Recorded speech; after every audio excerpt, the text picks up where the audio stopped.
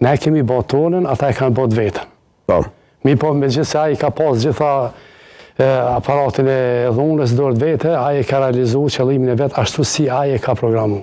Në atë moment ndodhë një ndryshim radikale në skenën politike në Kosovë, në atë moment është fundi politik në sistemi Mahmud Bakallit, kthimi ose ngritja në pjedestale Azem Vlasit, por gjithsesi kosovarët nuk janë njëjtë më, shqiptarët në Kosovë nuk janë njëjtë, por shqiptarët në përgjithësi në ish Jugosllavi më nuk janë njëjtë, se ndryshon drastikisht situata edhe në Prishtinë, ndryshon drastikisht situata për shqiptarët edhe në Shkup, edhe në Preshev, edhe në Malzi, edhe gjithani. Si kujtoni atë periudhën post 81-shit, kur kishte patur shumë arrestime, shumë burgosje, edhe si vazhduat me veprimtari ilegale, zoti Krasniqi?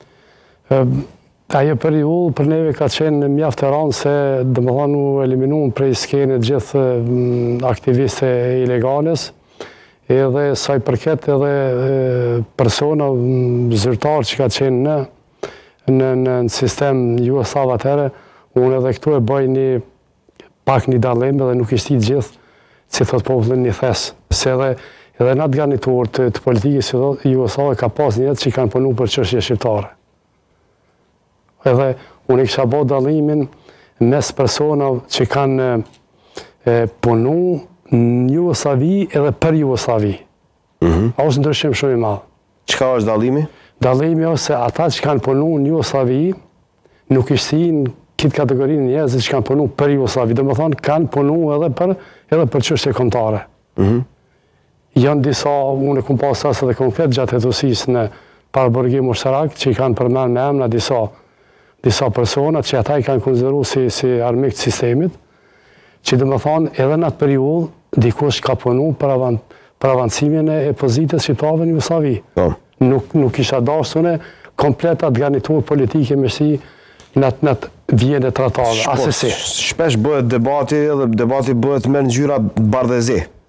O je me neve, o je kundër neve, o je me neve, o je me ata, o je me ata, o je me neve, me një platformë edhe nuk... Unë për veti jam për debat me fakte. Po, absolutisht. Jo për ngjyra politike edhe për kënaqësi personalitete ndryshme. Absolutisht. Unë e them haptazi, atë që e kam përjetu, vetë atë që e di vetë, që në disa raste kam qenë në bërim të informatave, ato mu s'mund të askush mi kontestu absolut.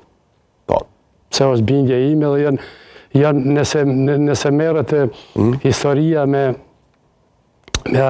argumentimin e disa ngjarjeve historike, ai bazohet në fakte, jo në vullnet një krahi politik, apo dëshirën një personi se na kemi shumë dëshirë me thonë unë, më thirë në atë barektarizmin, unë për veti shumë kundërshtari i këtyre personave që thotë unë.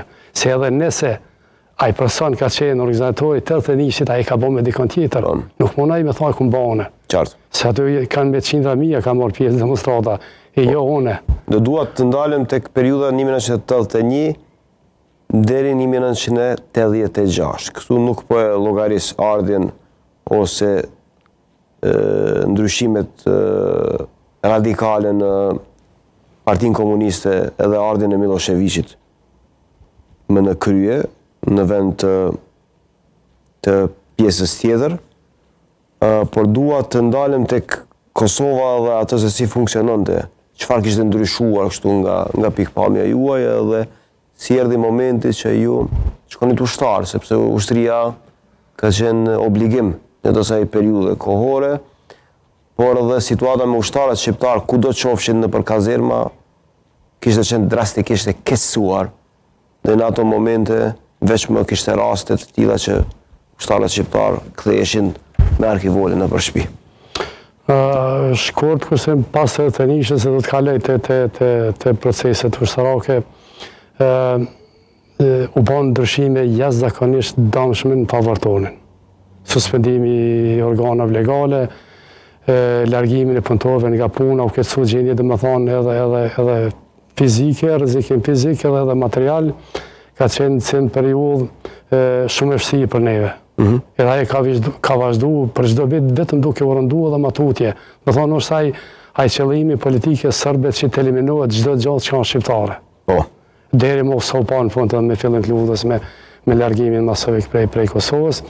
E tash unë në ushtri kom shku se kom shty në moment fundit, i kom pas 26 vjetë, më thonë deri, nëse s'ga bën 28 vjetë ka qenë në momenti fundit kur... Kur shkuat ushtar? Kur shkuat ushtar? Në cilin vit? Unë kom shku në vitin në 86, në 10 orë 86, në Prilep të Macedonisë. Prilep Macedonisë, kene shkuar ushtar vitin 1986. Kur shkuat në ushtri duke parë situatën politike, a shiknit një lloj tensione, a ndjenit atë tensione, a shiknit, a dëgjonit lajme çfarë po ndonin shqiptarëve tjerë në për? Unë ushtar kom shku në moshë mjaft pjekun edhe i njoftën shumë për rrethana të zhvillime politike që kanë ndodhur në përgjithësi në Jugosllavi, edhe prej fillimit të shërbimit